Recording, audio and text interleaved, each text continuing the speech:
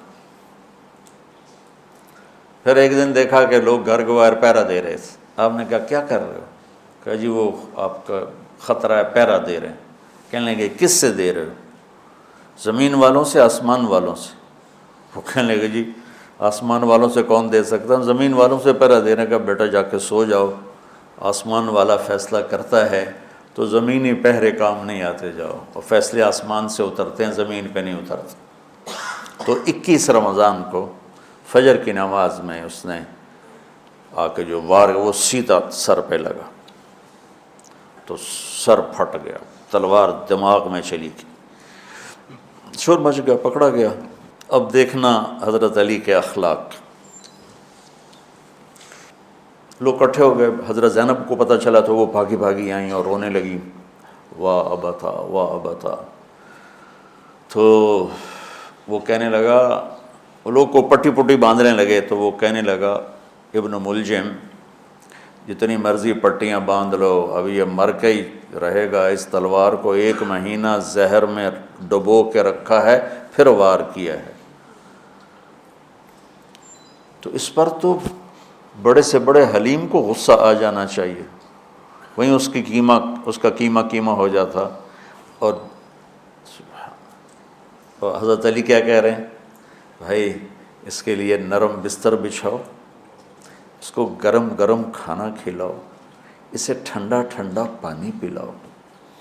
اگر میں زندہ رہا تو میں خود فیصلہ کر لوں گا مجھے کیا کرنا ہے، اور اگر میں شہید ہو گیا تو پھر پہلی میری درخواست ہے کہ اسے معاف کر دیں. یہ بتانا چاہتا تھا، اسے معاف کر دیں. اور اگر اسے میرے بدلے میں قتل کرنا چاہو تو پھر اس کو تکلیف نہ دینا، بس ایک ہی وار سے اس کی گردن اڑا دینا، اسے تکلیف نہ دینا. اللہ اکبر. آپ پڑھیں گے نا صحابہ کی سیرت تو سب سے زیادہ فضائل حضرت علی کے، سب سے زیادہ مقام اور مرتبہ تو ویسی جیسے خلفائے راشدین. سارے صحابہ اللہ کے ہاں مغفور محبوب. ان میں سے 10 مقرب ترین ابو بکر، عمر، عثمان، علی، طلحہ، زبیر، سعد، سعید، ابو عبیدہ بن جراح اور عبد الرحمن بن عوف. پھر ان 10 میں سے 4 محبوب ترین جو خلفاء بنے. پھر جیسے ان کی خلافت کی درجہ بندی ہوئی ایسے ان کے مقام اور مرتبے کی درجہ بندی ہوئی. لیکن فضائل سب سے زیادہ حضرت علی کے ملتے ہیں. اور یہ ایک فضیلت جو حضرت علی کو اللہ کے نبی نے سنائی، ہاتھ پکڑ کر یوں اپنے سینے کے قریب لگا کے فرمایا، اترضی ان یکون منزلک مقابل منزلی فی الجنہ. علی تو راضی ہے جنت میں تیرا گھر میرے گھر کے سامنے ہوگا. تو حضرت علی رونے لگے کہ نہیں میں راضی، میں راضی. تو آج کی رات اس ہستی کی شہادت ہے، فجر کی نماز میں ان کا انتقال ہوا، جن کو میرے نبی نے ابو تراب کا لقب دیا کہ تو میرے لیے ایسے ہے جیسے موسیٰ کے لیے ہارون ہے، تیرا گھر جنت میں میرے گھر کے سامنے ہوگا۔ پھر آپ نے اپنی بیٹی فاطمہ سے کہا فاطمہ تو میں یہ دونوں حسن حسین اور یہ جو سویا ہوا ہے، حضرت علی جاگے نہیں، وہ سوئے ہوئے تھے، یہ جو سویا ہوا ہے ہم پانچوں آخرت میں ایک ہی جگہ پر ہوں گے، اکٹھے ہوں گے۔ تو یہ بڑے درجے کے صحابہ میں، اور اللہ کی قدرت ہے کہ اللہ نے کسی خالص ہاشمی کو حکومت نہیں دی، کامیاب نہیں ہونے دی۔ بنو عباس بھی اہل بیت ہیں لیکن ذرا دور سے، ان کے 35 حکمران آئے، 35 میں سوائے ایک کے سب کی مائیں ہاشمی نہیں تھی۔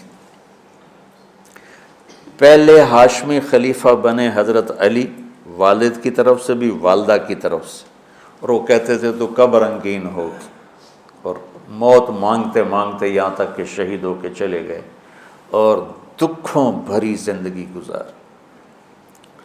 وَلَقَدْ رَأَيْتُهُ فِي بَعْضِ مَوَاقِفِهِ وَقَدْ أَرْخَى اللَّيْلُ سُدُولَهُ وَغَارَ النَّجُومُهُ وَهُوَ قَائِمٌ يُصَلِّي فِي الْمِحْرَابِ قابضاً على لحيته يتململ تململ السليم ويبكي بكاء الحزين ويقول للدنيا إلي تغررت وإلي تشوقت وإلي تزينت وإلي تشوفت آه من قلة الزاد وبعد السفر ووحشة الطريق آيتها الدنيا غري غيري قد بتتك ثلاث عمرك قصير ومجلسك حقير وخطرك يسير من قلة الزاد وبعد السفر ووحشة الطريق۔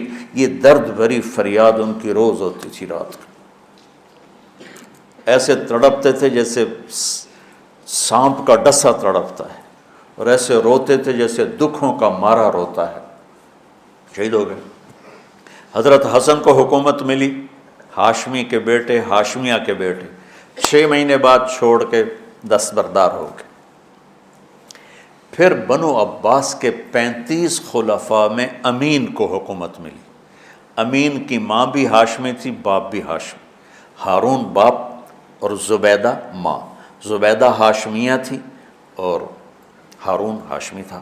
مامون اس کا بھائی باندی کا بیٹا تھا، امین زبیدہ کا بیٹا تھا، اور ہارون نے زبیدہ کے پریشر میں وصیت نامہ امین کے لیے لکھوایا، اور بعد میں مامون، کہ پہلے خلیفہ امین ہوگا، امین کے بعد مامون ہوگا۔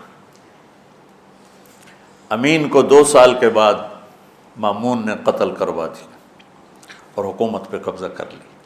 کسی خالص ہاشمی کی حکومت نہیں چلی۔ اور امام حسن نے حضرت امام حسین کو بلا کے فرمایا کہ میرے بھائی ایک وصیت کرتا ہوں جب انتقال کا وقت، کہ میں نے دیکھ لیا ہے اللہ نے ہمیں نبوت دی ہے، ہمیں حکومت نہیں دے گا۔ حضرت حسن کو اللہ نے اللہ کے نبی والی فراست دی تھی۔ امام حسن اس فراست کے مالک تھے جو اللہ کے نبی کو اللہ نے دی تھی، وہاں سے حصہ ملا تھا فراست کا۔